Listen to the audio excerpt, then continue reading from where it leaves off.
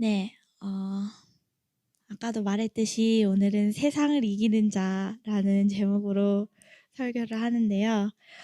첫 번째 절을 보여주시면, 어, 요한은 예수가 그리스도이심을 믿는 사람들은 다 하나님에게서 태어났다고 합니다.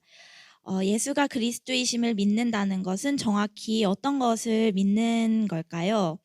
그건 바로 예수 그리스도의 성육신을 믿는다는 것을 뜻합니다. 예수님께서 인간의 몸을 입고 오신 것, 그리고 예수님이 하나님의 아들이시며 이 세상의 구원자라는 것을 믿는 믿음을 뜻합니다. 이 믿음을 가진 자들은 하나님에게서 태어났다고 합니다. 이것으로 보아 우리는 예수님을 믿는 믿음이 하나님의 자녀됨의 증거라는 것을 알 수 있습니다. 그러니까 예수님을 믿는 믿음이 있는 사람은 하나님의 자녀라는 거죠. 이어서 요한은 진정한 믿음의 사람은 하나님을 아버지로 가진 하나님의 자녀이기 때문에 하나님을 사랑하는 것뿐 아니라 그가 낳으신 이도 사랑한다고 합니다. 요한은 믿는 이라면 하늘아버지를 사랑하고 그 하늘아버지의 다른 자식들인 예수님 또는 형제 자매들을 사랑해야 한다고 합니다. 그렇다면 하나님을 사랑하고 하나님의 자녀들을 사랑하고 있다는 것들을 어떻게 알 수 있을까요? 바로 하나님의 계명을 지키는 것이 하나님의 자녀를 사랑한다는 것입니다. 요한일서 4장 20절을 보면요. 4장 20절에서 요한은 보이는 형제를 사랑하지 않으면서 보이지 않는 하나님을 사랑할 수는 없다고 하는 반면에 오늘 본문에서는 거꾸로 하나님을 향한 사랑과 순종이 하나님의 자녀들을 향한 사랑으로 이어진다고 얘기합니다. 요한은 다시 한번 다른 이들을 향한 사랑이 하나님을 향한 사랑과 깊이 연관이 있음을 강조합니다. 우리가 하나님을 사랑할 때 하나님의 계명을 지킵니다. 그 계명은 다른 이들을 사랑하라는 명령을 포함합니다.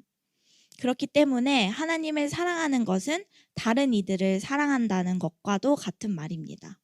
또한 3절에서 요한은 말합니다. 하나님을 향한 사랑은 그 계명을 지킬 때 진짜 사랑이라고 할 수 있다고요. 순종은 하나님을 사랑하는 것에 대한 결과뿐만 아니라 하나님을 사랑하는 것에 포함되어 있습니다. 그러니까 하나님께 순종하는 것은 하나님을 사랑하는 것의 일부분입니다. 이게 영어로는 obedience가 순종이잖아요. 그래서 obedience is not only the outcome of loving God, but also a part of it.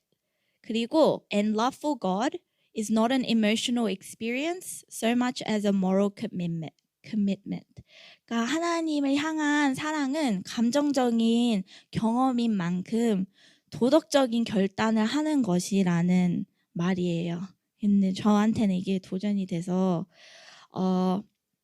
그러니까 그냥 감정적인 경험뿐만이 아니라 저희의 결단이 도덕적인 결단, 하나님의 명령을 지키겠다는 결단이 포함된다는 거죠. 요한이 쓴 복음에는 하나님의 계명을 지킴으로 하나님에 대한 사랑을 보여주는 표현이 자주 등장합니다. 예를 들어 요한복음 14장 15절에도 너희가 나를 사랑하면 나의 계명을 지키라는 예수님의 말씀이 있죠. 이어서 요한은 요한일서 4절에서 저희 오늘 본문 말씀 4절에서 하나님의 계명이 3절이요. 죄송합니다. 3절에서 하나님의 계명이 무거운 짐이 아니라고 합니다.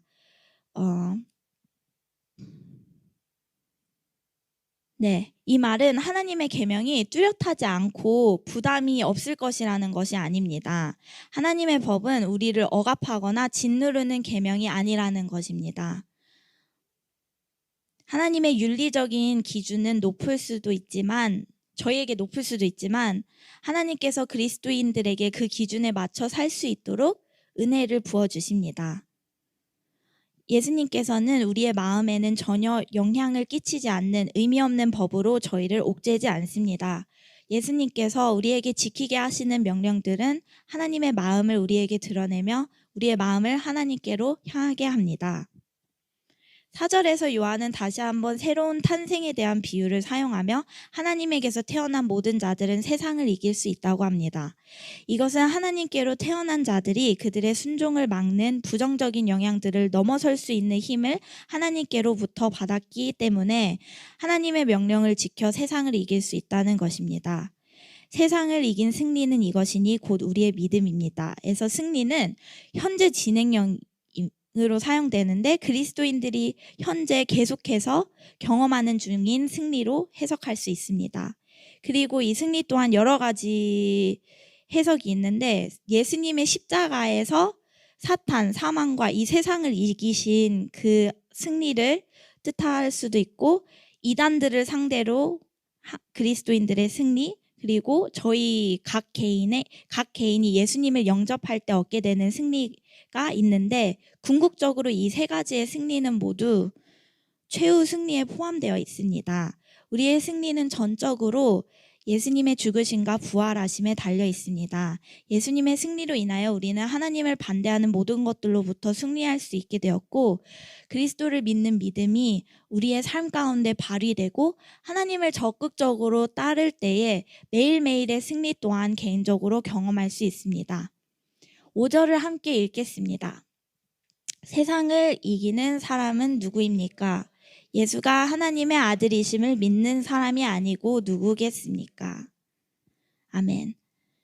세상을 이기는 믿음은 예수님을 하나님의 아들이라고 믿는 믿음입니다.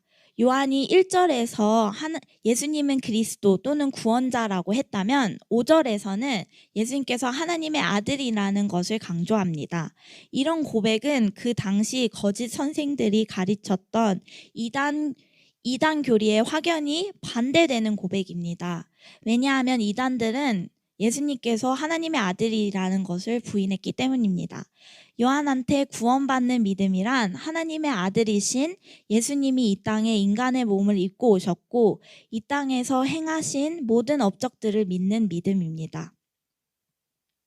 요약해보면 요한에게 진정한 믿음이란 예수님이 그리스도이시며 하나님의 아들이라는 것을 믿는 믿음입니다. 그 믿음은 언제나 하나님과 다른 이들을 향한 사랑으로 이어집니다. 그리고 진정한 사랑은 언제나 순종을 동반하며 그 순종함으로 인해 우리는 세상을 이길 수 있습니다. 아멘. 여기서 바로 진정한 하나님의 자녀 또는 세상을 이기는 자의 두 가지 특성을 보겠습니다. 첫 번째는 올바른 믿음입니다. 첫 번째로 하나님의 자녀는 올바른 믿음을 가지고 있습니다. 저희 중고등부에서 Armor of God라는 교재로 요즘 성경 공부를 하고 있는데요. 바로 하나님의 전신갑주를 입고 세상에 나가서 영적 전쟁에서 승리할 수 있는 가이드라인이 잘 나와 있는 책입니다. 좀 어렵긴 해도 좋아요. 제일 첫 번째로 나오는 것이 진리의 허리띠에 대한 내용인데요. 영어로는 The Belt of Truth라고 하는 이 아이템을 제일 먼저 착용해야 한다고 합니다. 왜냐하면 로마병들의 전신갑주를 봐도 온 몸을 지탱해주는 허리띠를 차야지만 그 위에 엄청 무거운 그 다른 착장들을 입었을 때도 중심을 잡고 설 수 있기 때문입니다. 진리의 허리띠가 우리의 중심을 잡아주지 않으면 전쟁에서 이기기는커녕 우리의 믿음은 흔들리며 똑바로 설 수도 걸을 수도 없다고 합니다. 그렇기 때문에 우리는 진리를 똑바로 알고 믿어야 합니다. 예수님은 하나님의 아들이시며 우리를 구원하신 그리스도이십니다. 이것이 진리입니다. 예수님으로 인해 우리는 죽음에서 생명으로 옮겨졌고 하나님에게서 다시 태어나 하나님의 자녀가 되었습니다.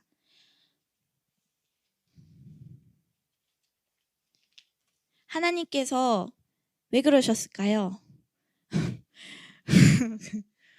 바로 우리를 사랑하셔서 저희를 불쌍히 여기셔서 예수님을 보내주신 것입니다.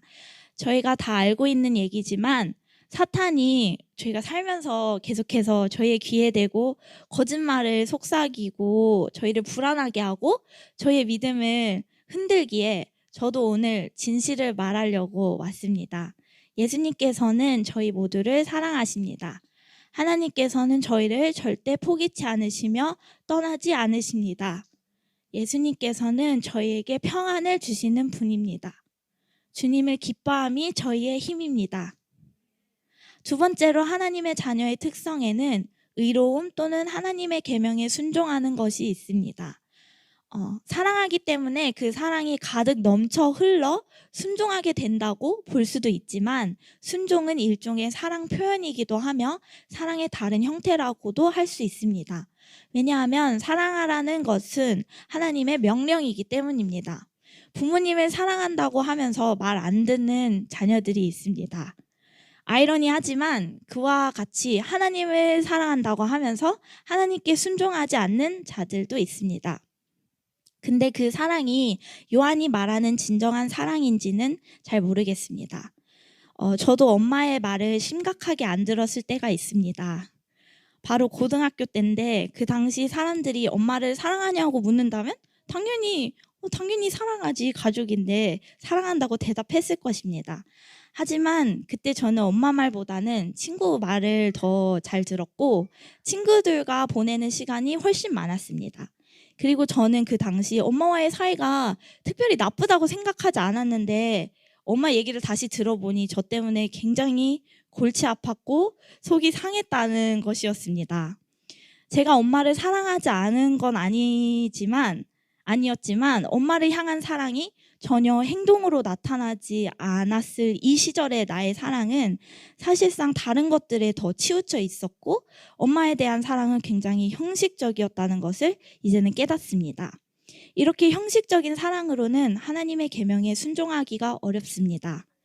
이웃들을 사랑하기가 어렵습니다. 하나님의 계명에 순종하는 사랑은 살아있는 사랑입니다. 활동적으로 하나님을 쫓는 삶입니다.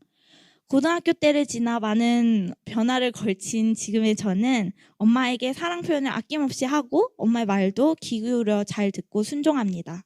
저는 엄마의 마음을 알려고 노력하지도 않고 속을 제가 썩이는지조차도 모르고 살아갔다면 지금은 엄마의 속 썩이는 것이 죽기보다 싫습니다. 하나님을 사랑한다고 하며 하나님의 생각과 마음을 전혀 알려고 하지 않는다면 저희 모두 돌아보기 원합니다. 하나님을 사랑하는 자는 자연스럽게 하나님께 순종하게 돼 있습니다. 그리고 하나님의 계명은 우리로 하여금 하나님의 마음을 알게 하며 비록 쉬운 길은 아니지만 하나님께서 계명을 지킬 수 있도록 은혜를 주십니다. 순종은 우리에게 무거운 짐이 아닙니다. 저희 함께 마태복음 11장 28절에서 30절을 읽어보겠습니다. 수고하며 무거운 짐을 진 사람은 모두 내게로 오너라. 내가 너희를 쉬게 하겠다. 나는 마음이 온유하고 겸손하니 내 멍에를 메고 나한테 배워라. 그리하면 너희는 마음의 쉼을 얻을 것이다. 내 멍에는 편하고 내 짐은 가볍다. 아멘. 사랑하는 여러분, 저희는 올바른 믿음을 가지고 순종을 동반한 진정한 사랑을 할 때에 세상을 분명히 이길 수 있습니다. 로마서 8장 27절에 나오듯 우리를 사랑하시는 이로 말미암아 넉넉히 이길 수 있습니다. 그러니 저희 모두 예수님을 바라봅시다. 그리고 하나님을 사랑하고 하나님께 순종합시다. 네, 아멘.